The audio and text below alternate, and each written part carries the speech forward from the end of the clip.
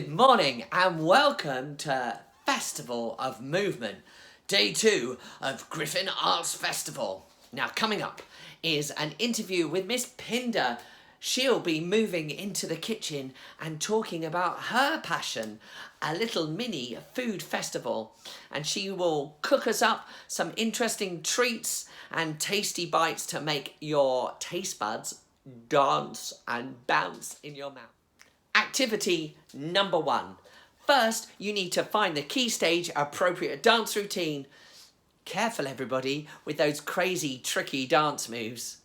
And if the adult in the room with you isn't joining in, do your best. Remember, dancing is all about keeping fit and having fun. 2.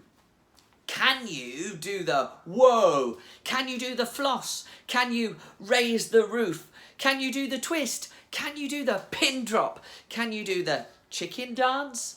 Can you do the out west challenge? Can you moonwalk? Can you crip? Can you do a bust down? Can you whip? It's your turn. You're in the driving seat. Can you do some amazing choreography to one of the tunes that your teachers or your adults choose with you? And the third task of today.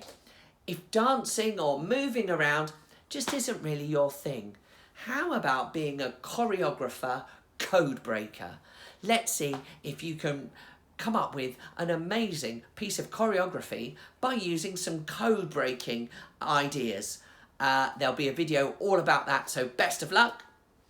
And lastly, please watch, if there's time, a fantastic ballet based on the story of Peter Pan. Enjoy!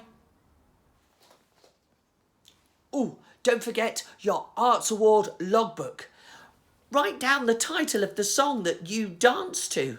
How did it make you feel? What new dance moves did you learn today? Bye.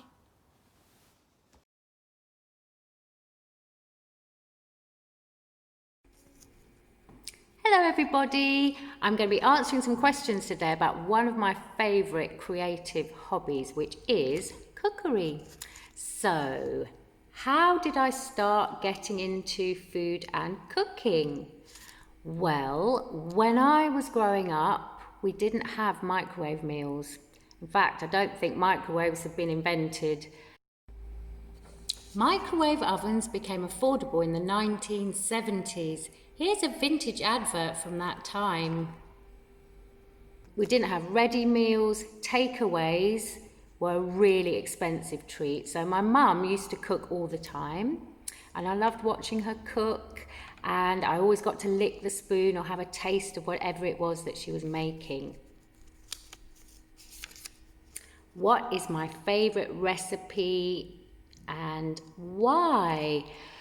Well, I love eating savoury foods. If I could choose between savoury and sweet, I would have savoury every time. I think it's really important to cook what you enjoy eating. So I love making recipes like curry or chicken faux soup, even spaghetti bolognese. If you can make a really amazing spaghetti bolognese, nothing can beat that flavour. Who do I like to cook for? Well, firstly, it's got to be my family. We've been doing a lot more cooking since we've been in lockdown, and it's great to always taste each other's food, and makes you feel great when people are really enjoying what you've eaten. You can tell that they're really enjoying what you've created. Which celebrity would I like to cook for? I don't think I've got a particular celebrity or a favourite celebrity. I think I'd like to cook for maybe a historical figure. I'd love to try cooking for an Egyptian pharaoh, for example. I'd love to find out what they enjoyed eating. How similar was their food to what we eat nowadays? Maybe a Roman emperor. I can imagine they have lots of really rich, unusual ingredients that I could experiment with. Ancient Romans liked to eat lying down. It was a sign of their wealth and power. What is my least favourite kind of food? As I said, I'm not a fussy eater and I will eat just about anything that's put in front of me. I'm not too fond of raw onions. You know, when you get a salad with a huge amount of raw onion in it, I don't really enjoy that so much. Have I eaten any strange or unusual food? Strange or unusual? Well, I think that depends on your viewpoint, really. What might seem strange to me, living in England, might seem really normal food to somebody living somewhere else in the world. But what's unusual for me, I've eaten chicken's feet, crispy, crunchy chicken's feet, or floppy chicken's feet. Wasn't too keen on those actually. They were a little bit floppy. I expected them to be crispy and crunchy, but they were more floppy. I've also eaten sea slugs. Sea slugs are also known as sea cucumbers. They are animals though, not plants. Sea slugs are flavourless. They soak up the flavours of whatever you cook them with. Obviously, they were prepared correctly with the appropriate herbs and spices, and I have tried a dried scorpion, minus its sting. Scorpions can make a salty snack.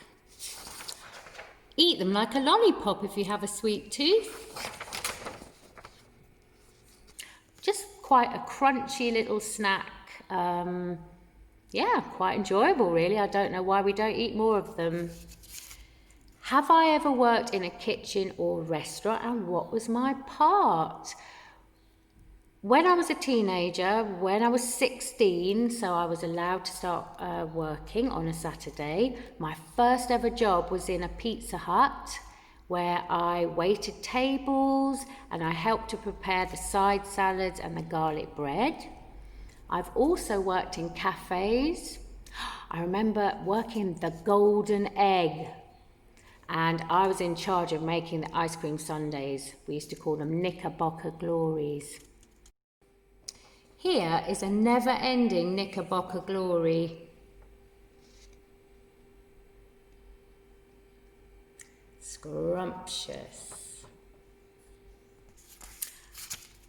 How would I encourage someone to get into cooking? I think if you want to get into cooking, you've got to really love food. The way I learned was watching other people. And again, whoever cooks in your home, watch what they're doing. Ask lots of questions. Ask if you can taste what they're eating. We also watch lots of cookery programs in our house. Programs like MasterChef, you can get lots of ideas for things to try and how to present your food in a really creative way. And I think always taste what you're eating while you're cooking it, so that you know it's going to be delicious and to your taste. Enjoy your cooking!